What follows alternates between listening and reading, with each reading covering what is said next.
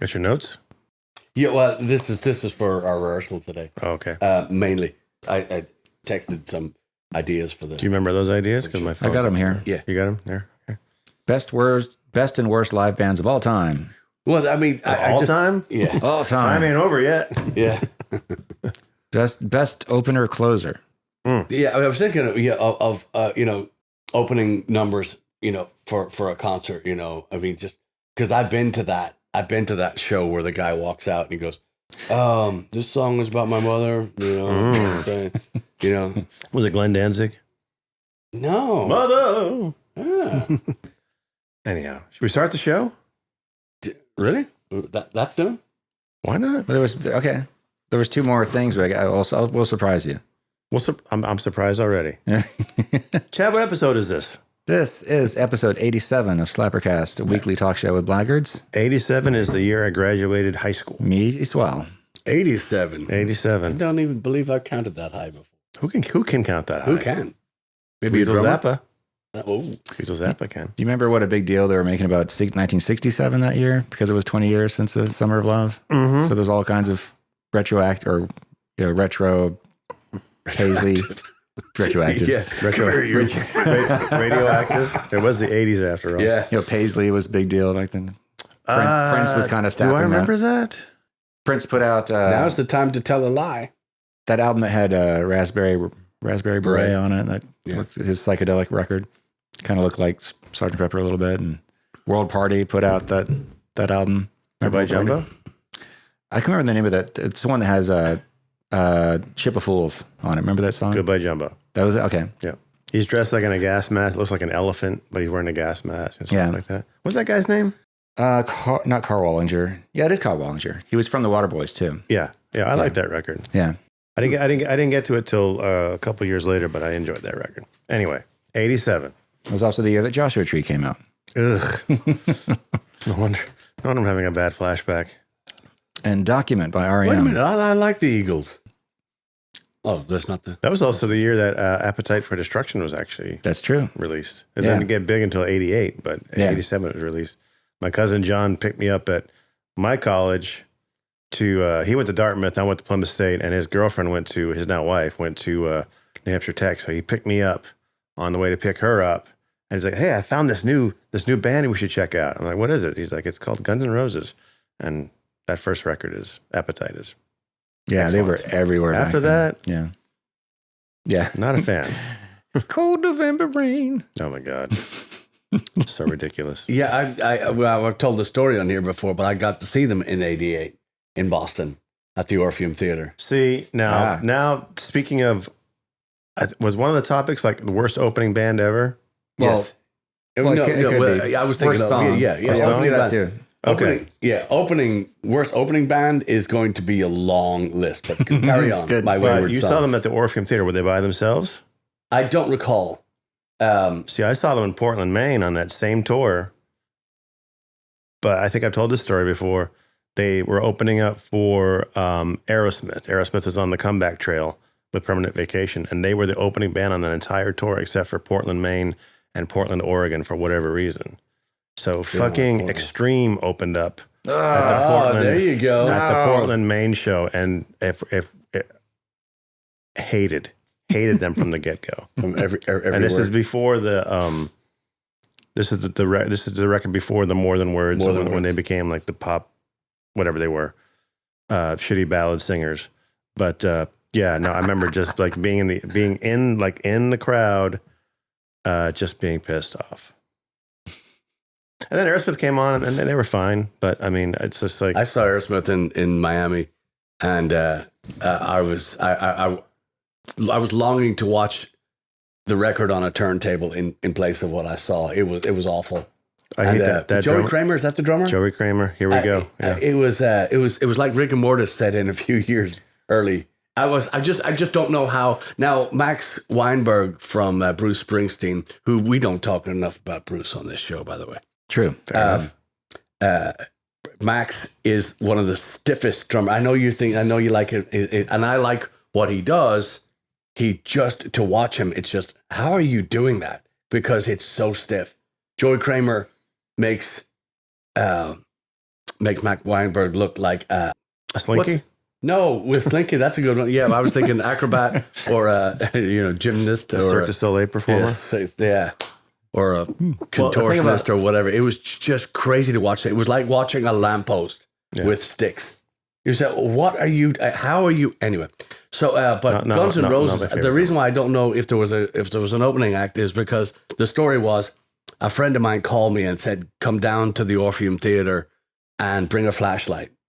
I said, "Are you lost? How am I going to find you?" So we bring a flash, and we walk in. They picked who they were going to have as ushers. They put me down the front. So I was actually showing people to their seats. Oh, nice. So there may have been. So it was a sold out show, and I wasn't. I knew the record. I bought the record, but and as soon as the flashlight was about yay big. And 12 inches, and I put it in my pocket and watched the show front row. Insane. You were done ushering for the night. Yeah, I've been to the Orpheum Theater a bunch. I mean, we used to go see shows there all the time. I saw Motorhead open for Slayer. It was Megadeth, Motorhead, and Slayer at the Orpheum. At the Orpheum. Jesus, that's only a 2,000 seat theater. Yeah, that's fucked up. Yeah. Old school. It's kind of like down an alley in a weird way. Like we've been outside. We stood outside the front when the Pogues were going to play there that night. Oh, nice. On our first tour, we didn't have tickets. We hung out in the city that day. Yeah, so we had the day off. We were playing. That's why it was the Pogues turnout was so bad. Yeah, right. But we took a picture out front the marquee as if we were going to see the show, which we weren't. Right.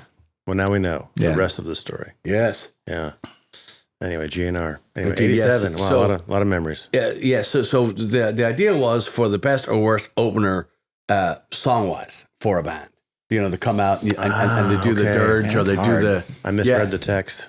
Yeah, and the other one was or best opening song, which I have a few that come to mind that just never leave my mind. Is the da da da da da da when Elvis walks to the stage. Vegas thing? I know that's not an opening song, but it was just the pomp and the showmanship of that entrance was something. So that music kind of meant something to me. I also thought I don't even know if it was their opener. I think it was, but they I think the Police at one time did Synchronicity 2 as an opener, and that's just got that that big that big. Thundering beginning, See on the Atlanta thing, they do Synchronicity 1 as their opener, which I think is kind of a cool. They're both great both to kick off both with.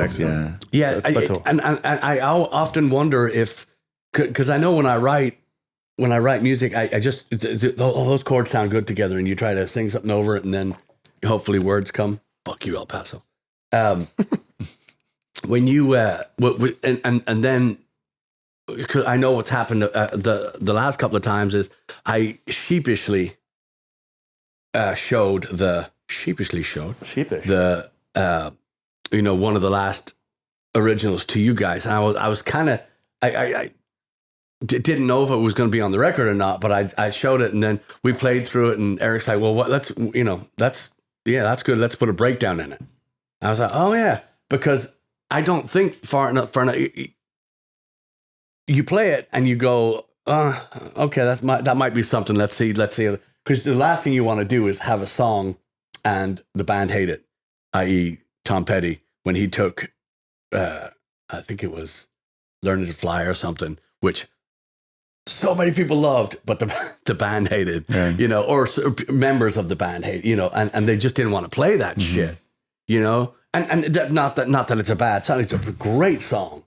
However, it's a great song for, sitting and go, wow, and I saw him play it at the Woodlands.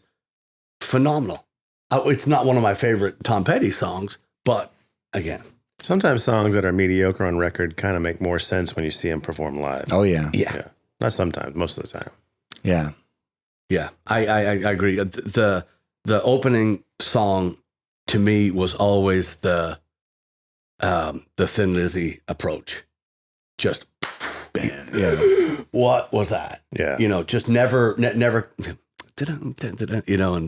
Iron Maiden, the same thing, and Slayer, same thing. You just go out and you just give it. Make sure that they know what they're in for. and also gives the people that are there that don't know what's coming time to pack the bags and get out. Mm-hmm. Right. Exactly. I've seen that too. We've got a show coming up here this month now because it's now October. Yes, Rocktober. You mean? Yeah. We got a show coming up, T-Bone Tom's, Yes. and I remember a few times there and playing, and most of the shows start in the early afternoon or late afternoon, excuse me, and you'll see the Whites are because we're not a punk band where we're going to start kicking stuff over or vulgarity or whatever it's going to be. It's going to be high energy. But I've seen those tables, and then a few songs into it, they're like, oh, Yeah, we're not playing the dinner set. yeah, We're not doing the dinner set. Yeah. yeah. No. So I've often thought of another great opener is Van Halen's Unchained. I don't even know if they opened with that, but my I don't God, I mean, just Any Van Halen fans chime in on that because any big fans that might know. yeah. Did you ever see Van Halen? No, I saw them with Sammy Hagar, so no. So no. Yeah. Perfect. Was Michael Anthony playing bass at least? Oh yeah. Okay, so it's 3/4. Yeah. 3/4 of Van Halen. Yeah, but it doesn't matter. It doesn't matter. I mean, if you take the wheels off a car, do you have a car? No. And a tricycle. Yeah. And who wants to ride a tricycle? Little babies and old people. Well, even Exactly. no wheels. Point- No wheels. The point, car doesn't go counterpoint. anywhere. The car, and it may be worth something with, Sammy Hagar. I know that they made a lot of money, but you just took the wheels and the engine out of the band because it's still, it's still a good looking, paint job. And, I agree. I'm trying to think of a Van Halen song from Dave's era that wouldn't be a good opener for a show. I mean, is there any Van Halen stuff that would be? yeah, Jamie's Crying wouldn't be a good opener. Yeah, really? Think Yeah. so? I don't know. Well, when you have the best frontman of all time, it would be difficult to open with a bad song because he's entertaining nonstop. But again, my school of thought is everybody in the band getting a workout for a song, Yeah. blowing that dust. Aces High. Iron Maiden forever. Even when they came back with Legacy of the Beast, they came back to Aces High for the opener. They got so many. And then the worst opener then is would be Iron Maiden opening with anything with Blaze Bayley singing. It doesn't matter if they came out with Lost for Words instrumental. That fucker's coming Still out. So ripping on you just, Blaze, even though it's a new month. I dig it. I dig because it. I went there to the show out of respect for the lads, and my God, I was so just sorry to see them in that. And now I rejoice again because they have reclaimed the top spot in best hard rock band of all time. So, Well, fair enough. yeah, But in the Grammys or something? no, Just right here, Just there. right here. Patrick's You probably mind. can't see me because I'm In Patrick's mind, yeah. Well, I missed the Emmys. I never watch award shows anyway, but I was like, oh, that happened? Oh, I don't know. Well, because everybody is in their house or in a hotel room getting their boxes. So. Yeah, right. So are we talking about best and worst opening songs that we've seen, or just in general? what you can imagine. What you could imagine. oh well? So yeah, I can imagine quite a bit. yeah. So we didn't start the fire, maybe. That would be like this the type of thing. Like, why am I here again? Or Because why? just keep it positive since it is Rocktober. We could just do best opening songs you could imagine. Every time I've seen Cheap Trick, they open with "Hello There," which I think is one of the greatest opening songs ever because it basically states what they're about to do. They're saying, "Hello there, ladies and gentlemen. Are you ready to rock? Are you ready or not? Because it's going to happen no matter what."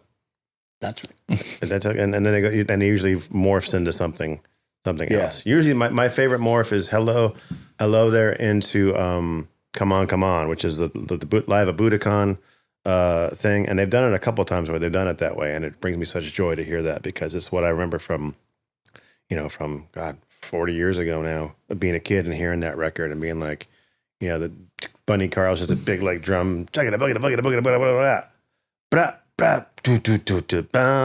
the first chord starts. It's like, okay, I'm home. Yeah, it's like it feels really good. Yeah, my other rock opener would be "We Will Rock You" by Queen, but not the anthem that they did on the release as a single, what they used to play live. That they do a fast version. Yeah. At the opening. Yes. Yeah. That is that blended into whatever came next is, I mean, with the spectacle of that band.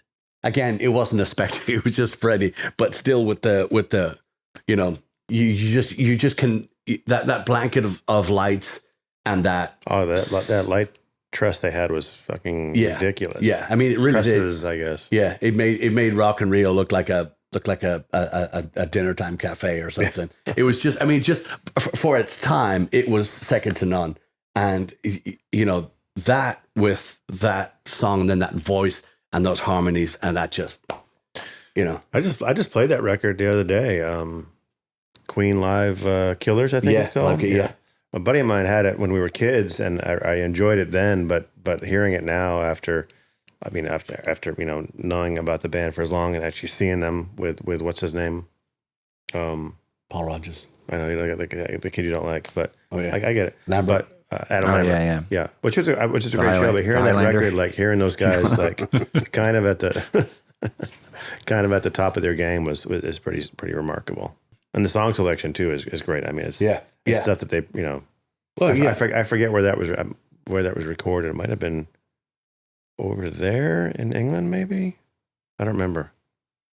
We need a fact checker here to make sure we know what's going on.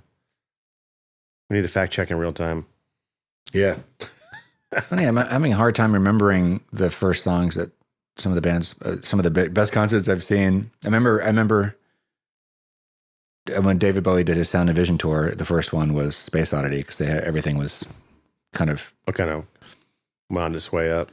Yeah. But everything was coordinated with these really elaborate visuals. Actually, it wasn't as elaborate as Glass Spider Tour, which was a terrible show altogether. Can't remember what. Oh, I do remember the first. Which one was the Request tour where you could call in or remember that? Yeah, that was in the early 2000s, wasn't it? Is that the Storyteller? No, this is a long time ago. Like it was like this weird, like you call this 1-900 number or something like that, and you can request songs for the tour that was happening. Oh, I don't know. I don't remember. Maybe that was my buddy Steve was a huge fan, and he went to go see him in I think at Foxborough Stadium in Massachusetts, because Dave was playing these stadiums, and there was this thing you could call like this 1-900 number, rate supply, and you could say, I want to hear Heroes at the Foxborough show or whatever, and so they would kind of cultivate a set list from these phone calls. I think it was more of a gimmick than anything else, but right, yeah, especially that random side B track 3 song off whatever record, whatever. I wonder if some brilliant comedian called in Skinnerd. Cut that part out. Anybody fucking ideas? First time I saw Dio was the Last in Line tour, and they started with Stand Up and Shout. That song that's a great opener. It's a great opener. Yeah, I saw him on the Holy Diver.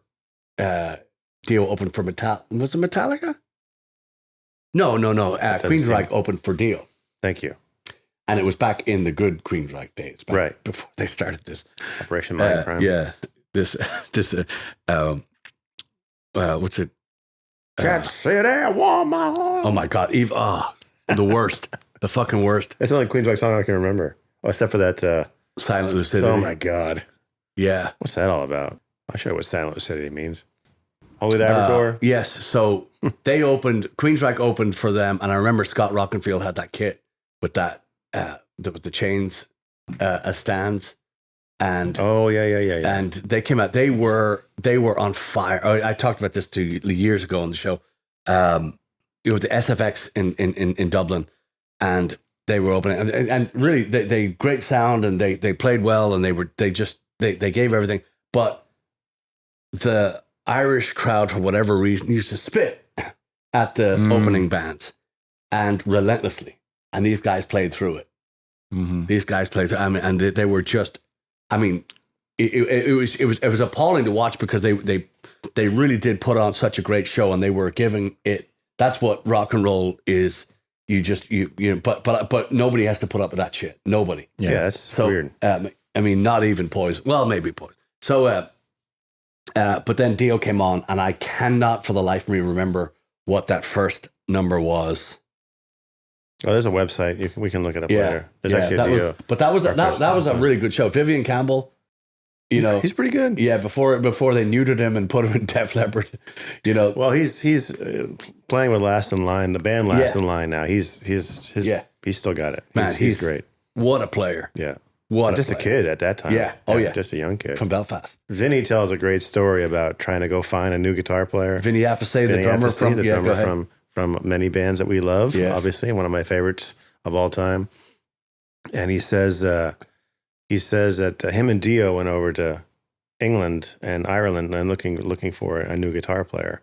And they went to all these different venues. And he kind of tells these funny vignettes about, well, we decided, Motorhead was playing, so we decided to go see Motorhead. He's like, I stood in the back of the room and got my head blown off because it was so loud. He's like, went to this one place and there was a reggae band playing, and we're like, well, that's not the guy. And then he's like, and then finally somebody said, oh, Vivian Campbell's playing, you should go see him. And they went and found him, whatever he was playing, and they were like, oh yeah, that's the guy. Yeah. That's the guy who should play with us. Our good friend Keith York, we were talking about these great Irish players, and Gary Moore, of course, comes up in every conversation. Mm-hmm. And same thing with when you think about it, Roy Gallagher, Vivian Campbell, and Gary Moore. I mean, Eric Bell as well.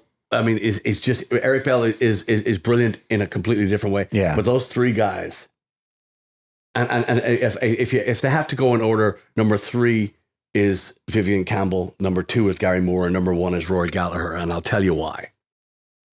Because I fucking said so. No, it just Vivian Campbell is, and he'd tell you himself, he's smitten still with Roy Gallagher, and same said from Gary Moore, and you can see where both of those guys took from Roy Gallagher, but they all went in a different direction, which was just amazing to watch, to see Gary Moore play these songs at that speed and with that feel. And they all have, because Gary Moore tells a story when he started playing, he was playing on, like everybody did, those Sears guitars or whatever it was, with the action, like a foot off the fretboard, and with those heavy strings, and that's where he learned how to play. So when you see him play, look up any Gary Moore video and just watch his guitar solos. Over the Hills and Far Away is one that we should be doing, incidentally. Yeah. Okay. But just watch the speed that guy plays at. But it's shredding and everything is fun. Joe Satriani can go drown in the lake. But when you hear it played properly at that speed, it's breathtaking. It's he of course, Gary Moore played with Thin Lizzy, and that's where I fell in love with his playing. And but everybody took from Rory Gallagher, and I just could not imagine walking into a club back in the day and seeing those guys play. Mm-hmm. I mean, I could just imagine Vinny and Ronnie. That's the guy. Yeah, because I forget who he was playing with, but they were just like, oh yeah, we need to talk to him. Yeah. That's and you can see what they saw, and you can imagine how that light was shining on him right at that time, and just it's magnificent. Crazy. Are we off track, Chad? Are we still on? Are we on track? What's the next question? I don't know where the track is. Perfect. It was, I don't know, where are we? Best opener, best closer. Where's Chris Wallace? He'll put us back in place. Yeah. Wait, can we do this best worst live bands of all time? All time. Oh, see, now we can talk about seeing Extreme. And when I saw Dio on the Sacred Heart tour, he was bringing a band called Rough Cut, CUTT. Because he was producing them. I think RUFF, right? RUF to CUTT? No, I think it was Rough, like regular Really? Rough. Yeah, I think. Oh, right. Anyway, they were fucking terrible. Awful. I'm like, just get to the show. So, well, hang on now. Sorry. Does best worst live band, are we talking about... Sorry, Chad. Are we talking about best worst based on expectations, or just... Oh, no, I was talking about... I was doing the best worst opening bands, but, that's where it started, but it can be whatever you want, because we get what we want. So you're saying Poison opening up for Barbra Streisand were probably not the best and worst comedy? Well, that's another good one. But I'm saying, I'd go see that I'm show. confused at the question, Chad. yeah. Well, I'm just trying to narrow it down a little bit more, like because some bands are great on record, shitty on stage, right? Or maybe mediocre on stage, right? Or maybe they're great on stage, but their albums suck. Because I've seen that too. By who? Well, not a famous band, but there was a band. They were famous in Texas in the late '80s. 10 Hands were a fantastic live band. They were huge in this area of the Texas circuit. They're from Denton. And they used to come down here all the time. Who was it? 10 Hands. 10 Hands. 10 of these? Yeah. Slow down. This is 5 guys in the band or 9 guys in the band and one person had an accident? There were 5 guys. Yeah. So, but yeah, they were really fun, great band, but every studio album they put out was just terrible compared to their live show. Yeah, just really overly compressed and just stale and dry, and they're really the only great album they put out back then was a live album. There you go. That's the only one that I ever listened to. So that's one example. They were a fantastic live band, not so good in the studio. But I don't know if that was really their fault. I think we may have been who was recording them. There's no rules. I had that experience. We booked when I worked at the Pig and Whistle. We booked 10 Hands. That was and I remember nothing about their. And I would say it would depend on what era of them you saw, because they were really great in the first couple of years I saw them, and then they lost 2 of their original members, Earl Harvin, who was the original drummer, incredible player, and then they had a percussionist, Mike Dillon. And I know Mike. Yeah. Because he went on to do Billy Goat, and I don't know what he's doing now. I think he's in New Orleans, and he when he's not doing his own Mike Dillon punk rock experience, he's playing with fucking Ricky Lee Jones. Oh wow, yeah, playing vibes and percussion. So you know what a character he is, right? He's fucking he's so crazy. Cool. He's great. He's great. Though. So you imagine there was just a combination of crazy guys in this band. So and things. First, Mike Dillon was the first one to leave the original lineup, and then Earl left shortly thereafter. Earl was just way too talented for. I mean, 10 Hands was great, but Earl was just crazy. I think he moved to Europe or something after that. Nice. But I had the same experience with a lot of the bands in that time. I'd get the record, they'd come and play at the thing. I'd go, "Oh, this is great." You buy the CD, and it was awful, but it was a consistent. It was the same thing that you're talking about. The CD was just exactly what it was. It was a CD. That's it. Yeah. There was nothing. Produced Artwork wasn't great, and the sound was terrible. It was like they were all going to the same place to record it. It was just terrible. I remember because there was a band called it wasn't okay then okay, it's gone. The name is gone. But they were it was something to do with the heat in Texas. It was just really, really, really What they call Texas Heat? Right. No. It was 90. It was it's just exactly what you would expect somebody from, just the most unoriginal name. But anyway, they, very charismatic singer, band was good, somewhat. Great live show, got the record, got it home, and all the songs that you heard were just, it was like the karaoke version of them played on the thing. So it's just, Molly and the Whips, great live show. Horrible albums. Jim Henkel's old band. Yeah, he played. Jim played with them for a long time. Oh, Yeah, wow. Bert Wills was playing guitar for them when I saw them, and oh my god, this is going to be great. Well, no. I think a lot of bands feel like they have to kind of rein it in the studios. They want everything to sound perfect, and then the end product, it's perfect, but there's no life to it. There's no energy. Yeah, and that's why I think our new record, has that kind of live energy sound to it. Paul is good about that way because he doesn't dwell on things for very long, and he says, he will push you or us, to get a good take when he thinks it's necessary. Of course, yeah. But a lot of times he's like, "That's good enough. Come on, stop noodling, stop fucking around with it. Let's go move on to the next thing." Yeah. Which is, I think there's a certain degree of that is really important too, because you don't want to drive something into the ground till. Because then you lose your focus and you lose your energy, and it's like, well, I'm gonna play this fucking song again, and you don't want to anymore. Yeah, right. You really want to try to nail it in the first 3 or 4. It's good it's good with Paul because he'll say, "Play it again," and you play it again, then you play it again, and then when we go back and we listen to it, and he shows you the difference, and because you just cannot capture everything. We record as a band, which is the way it should have been done. Standards, everybody kind of did it at different times. It was just then throwing crap at the like wall. A Frankenstein He's just record. awful. Yeah. And then, so with Paul, we went in there. So it's physically impossible to take in everything that's going on and find out that the click is rushing, that Eric is dragging, and Chaz, and I'm just right in time, just doing everything right. And it's just so hard. No, but then he says, play it again. We play it again. And you go, oh, that, then because you're sitting in front of the speakers then. And you're finding out all those little things that move and shit, and then it gels. Right. Yeah. And it's just, and it just makes, I don't know why we didn't do that. Well, I do know why we did it the first time, because we recorded it underwater in a shoebox with tissue in our ears and syringes in our arms and straws in our nose. So. Mind you, we're not talking about Joel Omachuk, who saved that record. We're talking about where it. Yes, he did. Yeah. Yes, he did. And at least the good thing about it is it's well documented and it's out there forever. So that's good. Yeah. Shut up. Ixnay on the record, Ray. Yeah. So live band, I again, this was what did you talk to our friend Bill? Bill.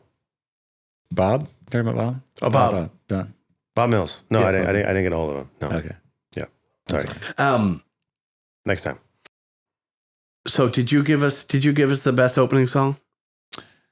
I was racking my brain. A lot of the best shows I've seen, I can't remember what the first song was. Okay, well, I do remember some of them. But what would in your catalog in that Smalley head? What's the best opening song for like one of my favorite bands? Yeah. What would the Who open with? Gosh, I mean, anything. I mean, I think The Real Me would be a good one. Oh, that'd be a good one. That's the first song that opens up Quadrophenia. Yeah. And so that's the thing is because I saw them at Woodlands in 2000. I can't remember what they opened. It was a great show too.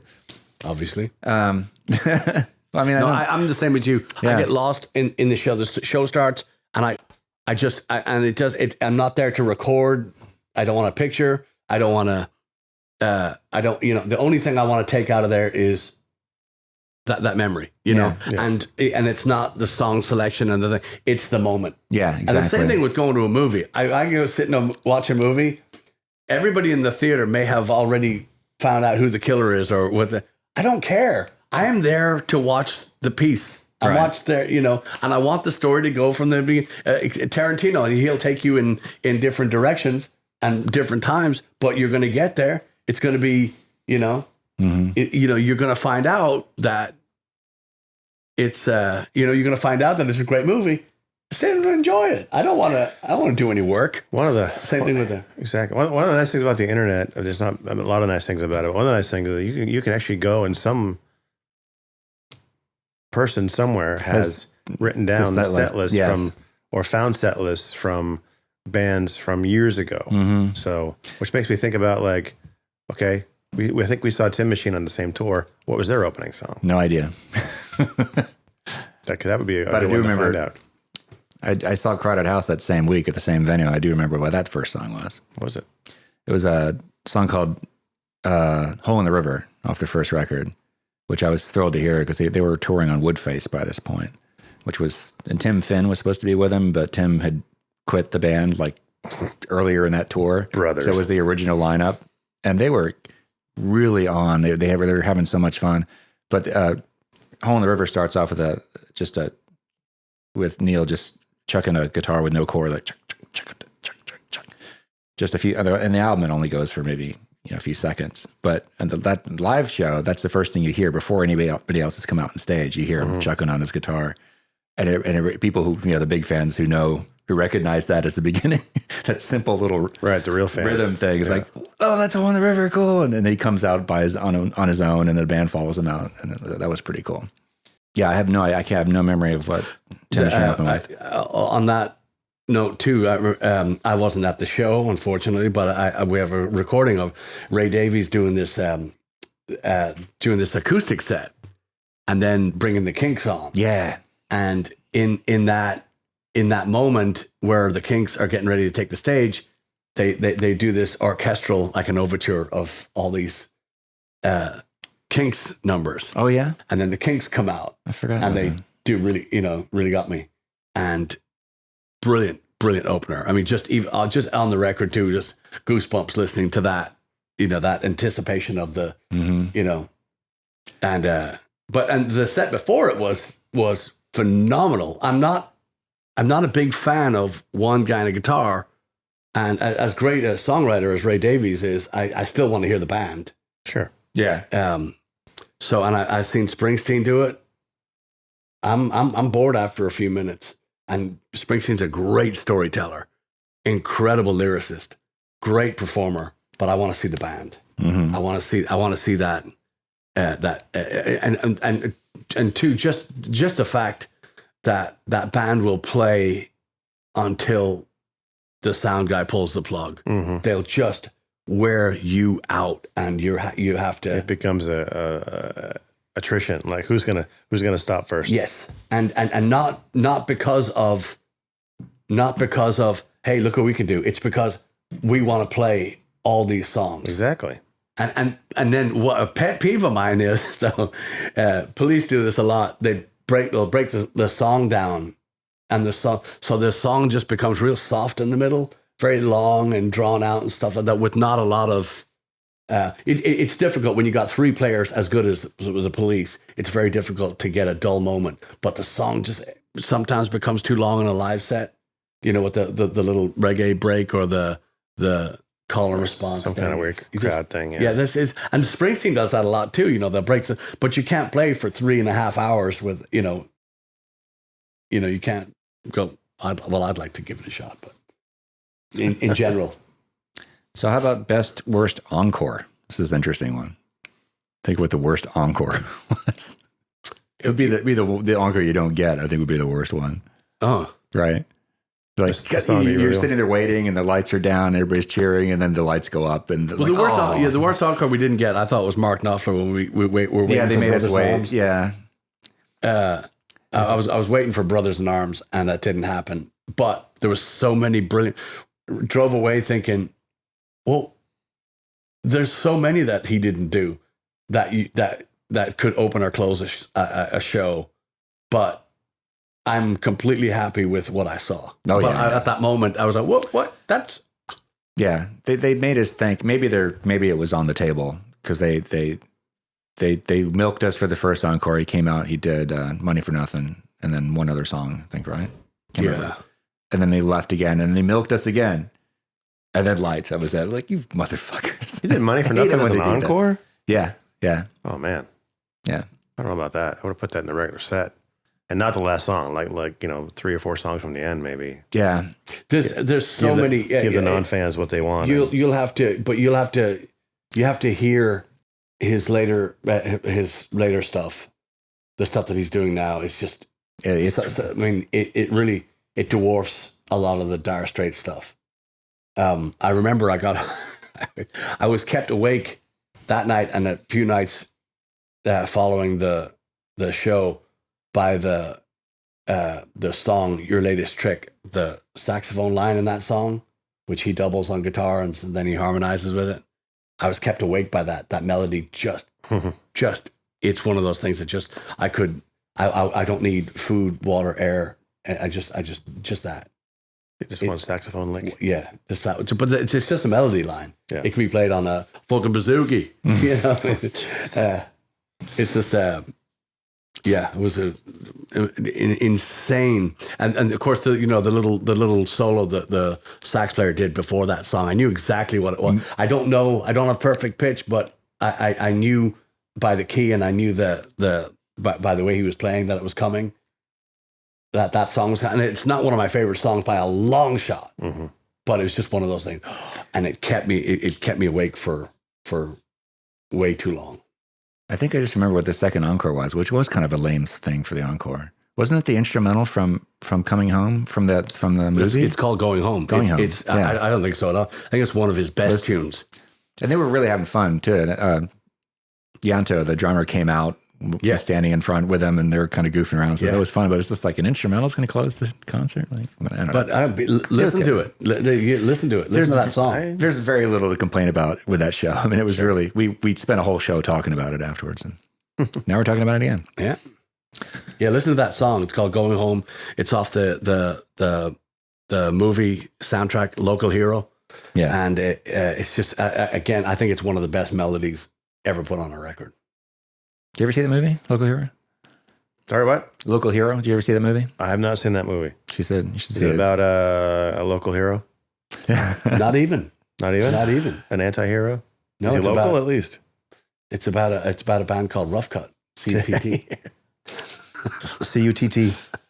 With the umlaut The over the N U. is silent. With the umlaut over the second T. It's really, there's like kind of only really a loose plot to it. It's like, I'm not even going to get into the plot. It's, Yeah, you're going to ruin it for everybody. Everybody's on the edge of the seat now, yeah, Chad. yeah. Go see But Local Hero. it's fun. It's fun to watch. Yeah, But he does the soundtrack. Yeah. yeah. I think we have that record at home, actually. I Yellow keep seeing co- it as I flip through records. Yellow like, cover. I think so. Yeah. I'll have to play it when I get home. And it's very funny, but it's It's funny. definitely not an action film. Oh, fair enough. Yeah. Yeah, it's very good. I can't think of anything that I've seen that has been like super I mean, I've been to shows where I really would like to hear this song, but I'm not going to, Yeah. be mad if I don't hear Rip it. the furniture because up it's my if you favorite don't- song yeah. of that particular album or record or whatever. Or band. okay, so what could my thought behind that was, what would be your idea of the worst song to hear? Hotel California comes to my mind every time I think of worst anything, but just because it's Or any overplayed, not Eagles because song. it's yeah. Send your hate mail to. Eric C. Hughes. Yeah, there we go. Yeah, just the worst. So if I went to see Billy Joel and he ended or started or put "We Didn't Start the Fire" anywhere in there. God, there's so many ways you can go wrong with that now. Yeah, I know. You have to go back in time. But ending a show with a song that just makes you just that repulses you. That just makes you not want to listen to music. Just makes you. Speaking of Billy Joel right now, or just general. anybody in general. Okay. I can't think of any. I mean, really, it's just like it's the encores that just don't happen that piss me off more than anything. I remember getting I went to go see Go-Go Bordello at House of Blues, and they came out. They did a couple encores actually, and one of the last, I think it was the last song they played. They came out and was a surprise. They played "Dirty Old Town," which I had no idea they played. I don't even think they've recorded it. How does that go? Well, they did it like sort of like this Russian. I bet my love, like kind of like that. It really wasn't that crazy, but they just kind of put their own backbeat to it, and they just kind of sang the song. It was really good. Interesting. It's like, that was kind of cool. I wasn't expecting that. One of the best encores I ever saw was "Overkill" by Motorhead. An encore, that can be definitely a exclamation point on probably an already fantastic concert. Yeah.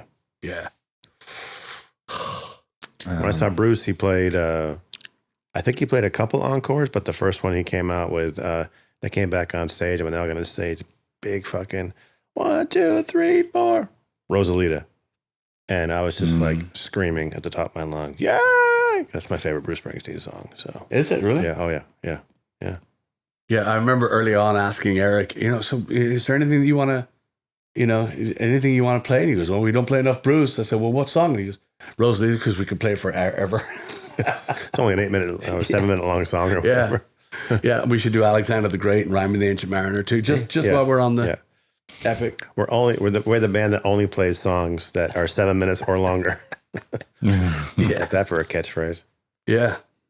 Yeah, I can't really think of many encores, that I think are bad, or I mean, I guess it would be like playing a slow song, but it's also kind of like you think about a workout, you want to, if you go running, you maybe want to walk the last 100 feet or so just to kind of calm down or something like that. But it's nice to end on a high note and start on a high note and end on a high note, I think. Yeah. When you play a song, if you start and all the band starts together and it's great and the middle is great and then you end and you fuck up at the end, the only thing people remember is the end of the song. Of course. That's the way I look at a show. End a show with a screw up. Some kind of... They'll remember it. Yeah.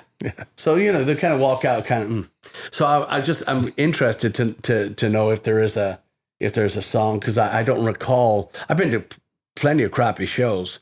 Most have been local shows, not big, but now that's not true. I have been to crappy shows, a lot of them at House of Blues, just because the sound was awful. Yeah. For as good as the sound is in there, when we worked with James McMahon, a good friend of ours, the sound was incredible. I don't know what the sound was in the front, but he's a wizard on the sound desk, just beyond talented. We know a lot of people like that, just really, really great sound. But the sound in the room was just muffled. It was like everybody was playing behind a big velvet curtain, just and it couldn't discern the instruments and the. Mm-hmm. And again, bands like Flog and Molly, which I didn't pay money to go see. No. Mm-hmm. I got a free ticket. I went to see them. I wasn't impressed just because they play everything at a faster,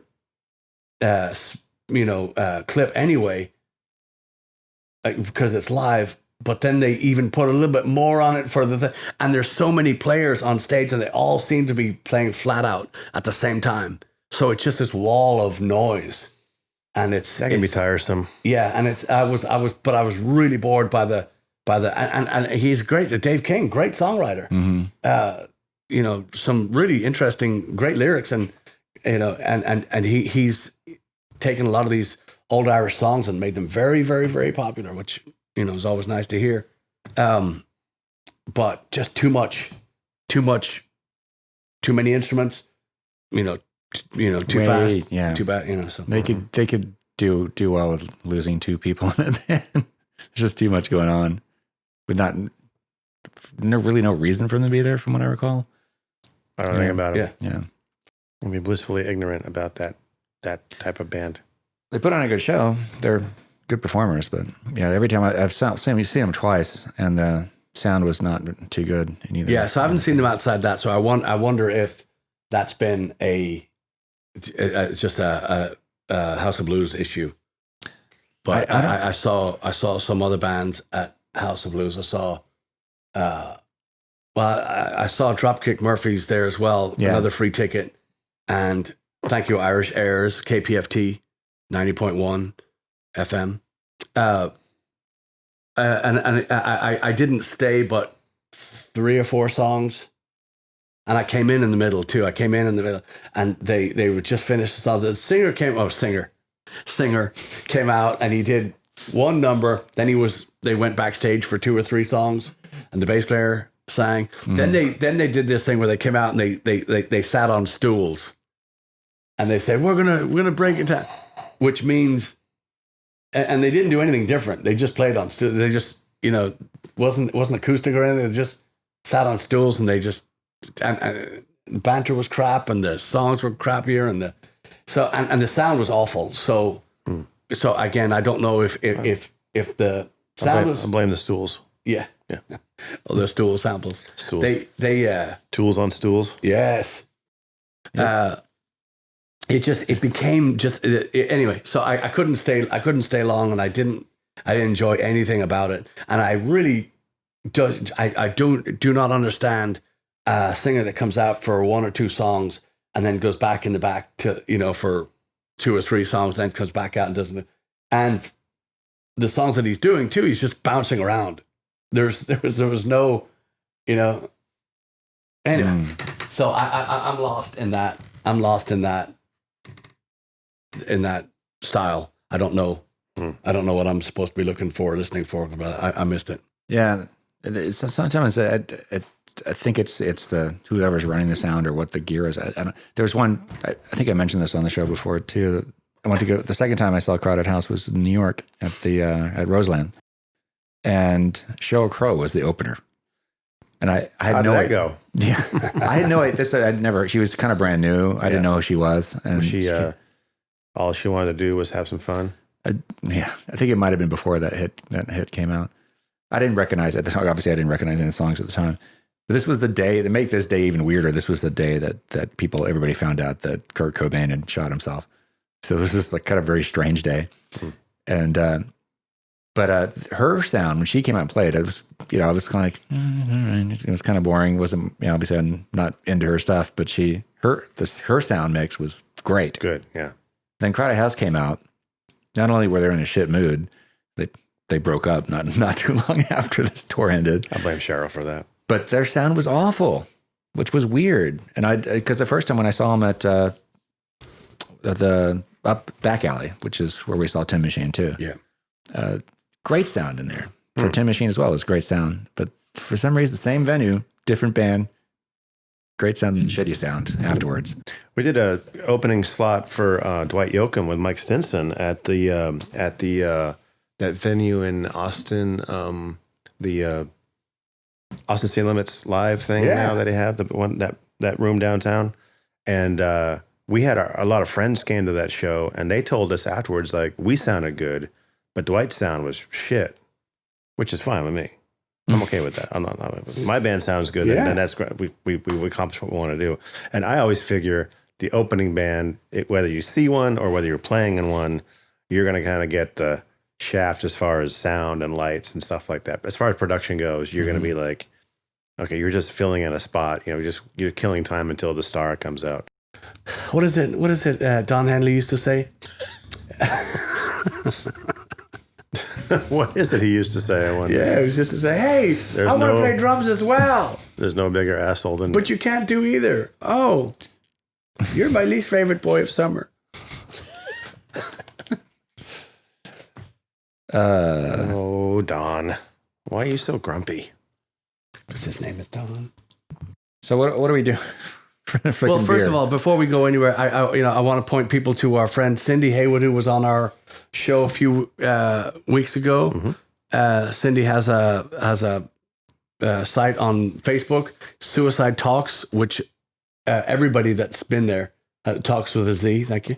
Everybody that's been on there has called back and been, just the feedback has been incredible. Mm-hmm. And she's doing a great job over there. She's also doing a walking tour of Houston, which is what? She's got a video channel. We'll put a link to it but just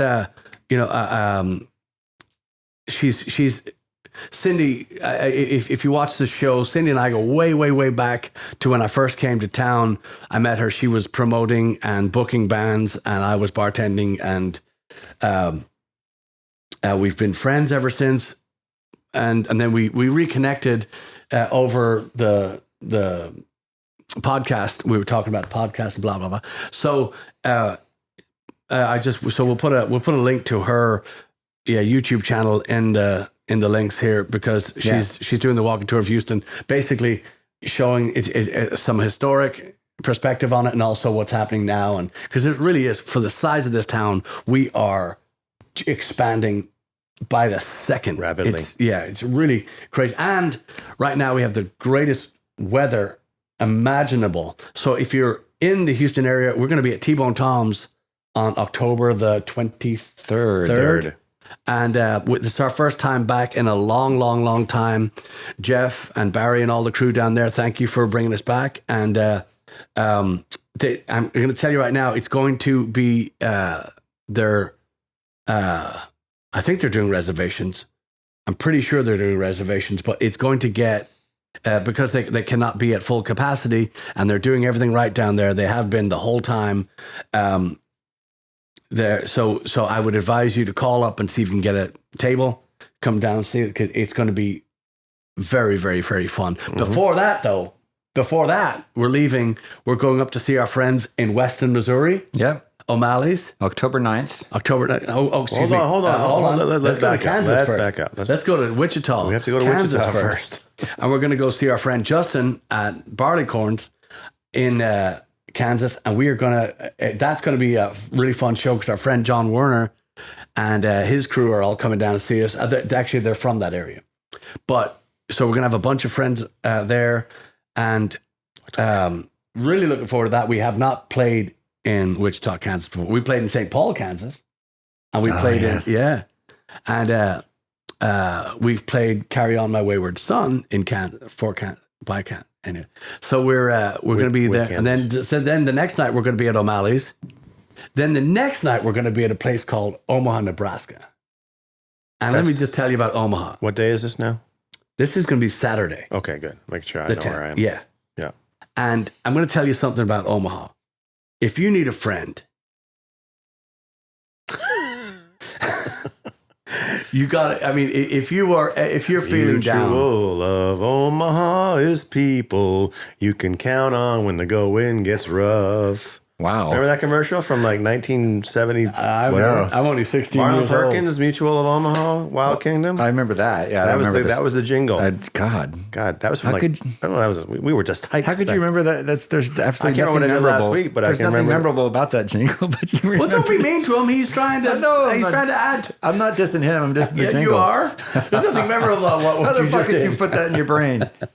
I don't know, but anyway. I love it. So yeah. So we're gonna be in Omaha. Right? We're gonna do a house concert.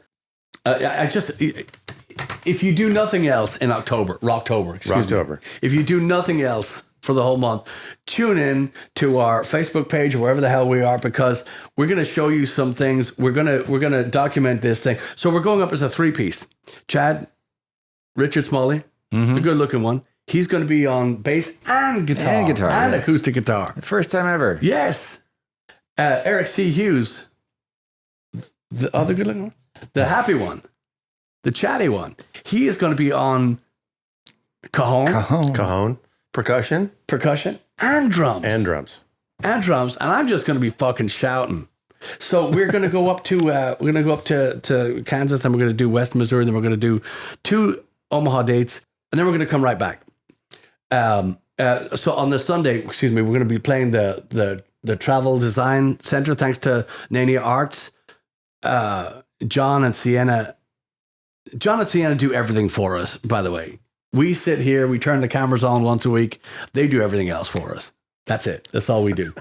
And so we're gonna go up and we're gonna stay with them. They're gonna do everything for us as usual, but they're just gonna be a lot closer, so we can, hurry up, John, get us some coffee. So we're really looking forward to that, and we're gonna document the whole trip. And we're extremely excited to go back to Omaha, to see all our friends up there. Just it's been way too long and can't sit still any longer. But we're going to do this safely. We're going to do this. We're going to do it. Like I keep saying, documented, but just because we've got a record coming out, and B, we want to see everybody, and C, we're going to do it safely so we can show show people that people can tour. You can do it properly. You can do it wide. It's by no means the country is back to normal, and it won't be back to normal for a long, long, long time. But we're serious about music. We're serious about entertainment. We're serious about coming to see you in your town, wherever you are, because it's crucial.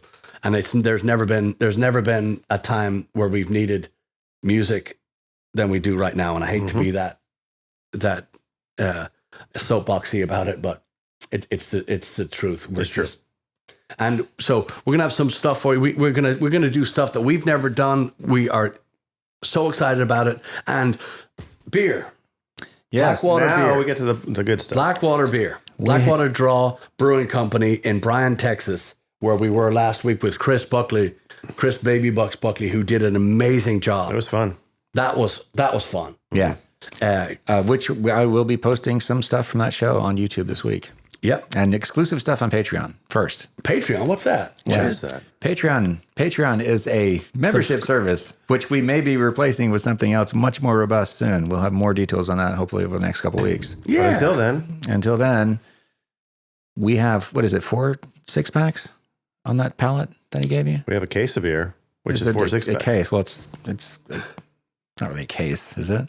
A case is 4 6-packs. Is it? It's 24 beers. Really? Okay. 24 beers. All right. Chad drinks out of a drinks out of a keg. Yeah. He's more of a keg man. Yeah. Do we know what kind of beer it is? It's in a can. It's bubbly. Is it a Oh, no, yeah, country what flavor color? was You like to see it? Is that what you're telling me to do? It's, yeah. Was it? Where's he going? You gonna go get it? Yeah. Okay. Okay. Yeah, I see that. I think it might have been a Hefeweizen or a Wit. I don't remember which it is because I'm not a beer drinker. So, but I can read labels.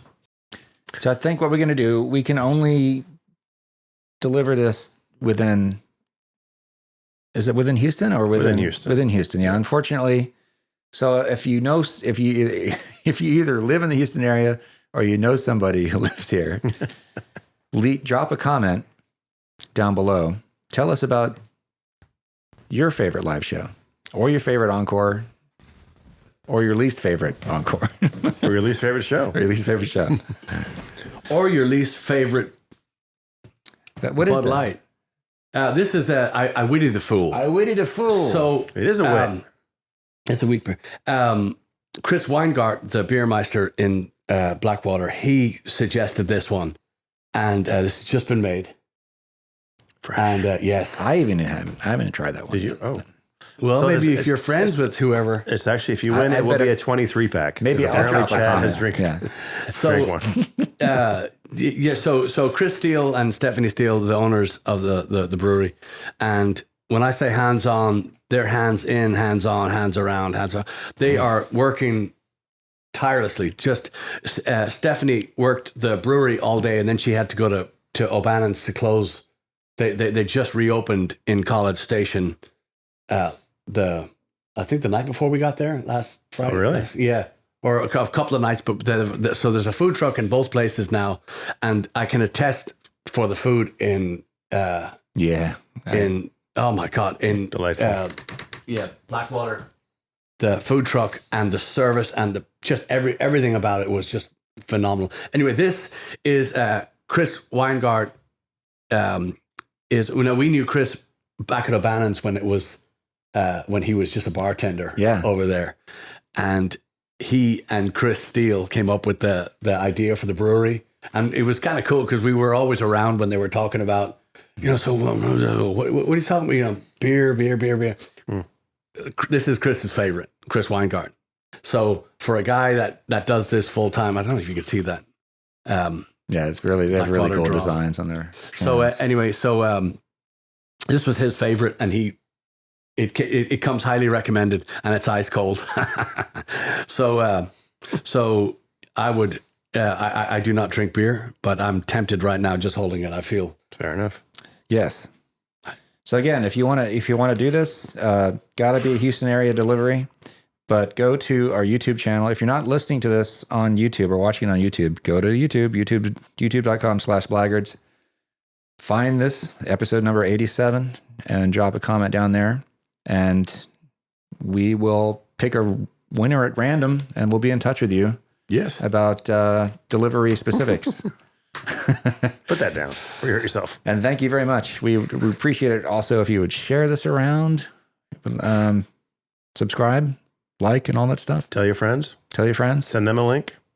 Yeah. Send your parents a link. Send your nephews a link. Yeah. Spread the word.